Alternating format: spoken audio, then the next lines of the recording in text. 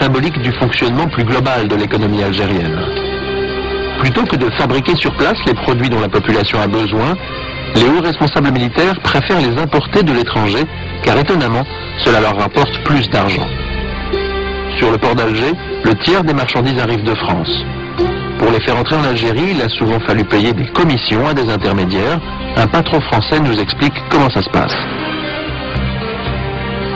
Concrètement, on va vous dire, voilà, vous êtes présélectionné, vous avez de bonnes chances d'y réussir.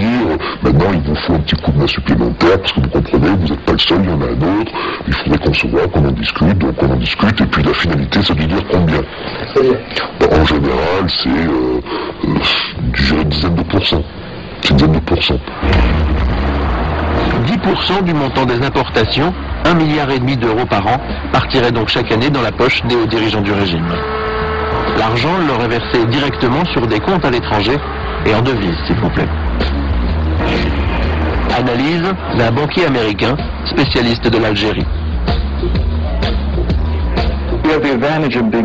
L'intérêt de ce système, c'est que cela vous permet de faire sortir votre argent d'Algérie. Si vous fabriquez des produits sur place, vous pouvez prélever des commissions, mais l'argent vous sera versé en dinars, et cela n'intéresse personne. Ce qu'ils veulent, ce sont des euros. Un système pervers qui handicape les entrepreneurs algériens, mais aussi la population, car les produits importés sont plus chers. Allô ? En 1997, Ahmed Bouakaz, un homme d'affaires algérien installé en Belgique, va tenter de remettre en cause le système.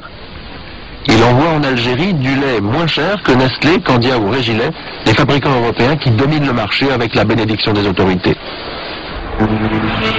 Une étrange campagne de presse est alors lancée contre notre homme d'affaires, notamment par le journal du général Betchin, un puissant dirigeant impliqué dans les affaires.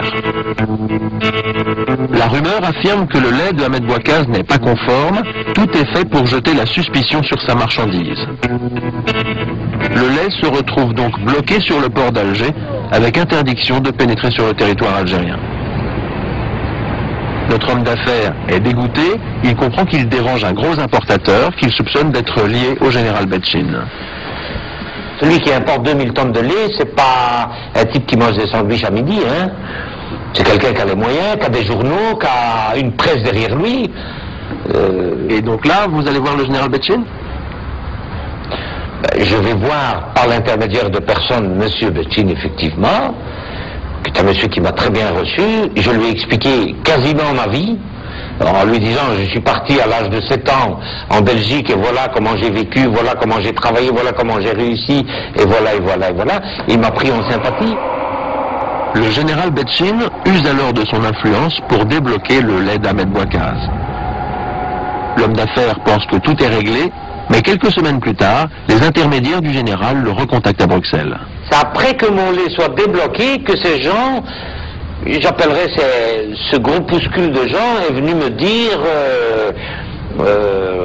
que M. Betchin avait des problèmes financiers, que si on pouvait l'aider, on commence par 5-6 milliards et puis on vous dit il faudrait vite débloquer 1 milliard et on vient vous voir à Bruxelles, on vient négocier avec vous, on vient vous dire maintenant vous êtes assuré, vous avez vu avec quelle force on a pu faire sortir votre lait, et on vient, on se met à l'hôtel, on profite un peu du séjour à l'hôtel, tout ça c'est joli, hein. Ça vous fait ? Non mais c'est pas un problème, payer l'hôtel, vous savez, je le payerai à n'importe quel Algérien qui viendra à Bruxelles. Et après il vous donne plus d'argent. Mais je ne l'ai jamais donné. Et donc on vous a bloqué votre lait ? Ben c'est peut-être pour ça, certainement pour ça. Et oui, notre homme d'affaires refusant de payer, son lait est à nouveau bloqué. Bilan, des centaines de tonnes de marchandises détruites.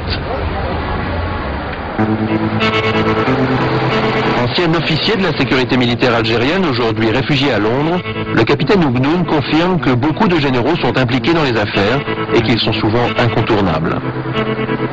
Il est impossible de prendre un marché si on ne paye pas un général ou si en quelque sorte on n'achète pas la protection d'un général. Parce que impliquer un général au sein d'une affaire, c'est formellement assurer la réussite de cette affaire. Une économie largement basée sur l'importation, un pays où 40% de la population vit avec moins de 2 euros par jour. Dans cette cité des hauteurs d'Alger, les jeunes ont perdu depuis longtemps l'espoir que les choses changent en Algérie.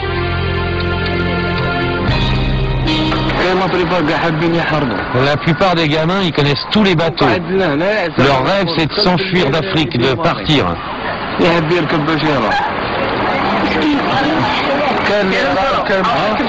Et alors la nuit, dans le port, ils montent clandestinement sur les bateaux pour essayer de s'enfuir. Il y en a qui sont partis et qui sont revenus, d'autres qui sont arrivés jusqu'en Espagne. Moi, j'ai pas envie de rester ici. J'ai vraiment pas envie de rester en Algérie.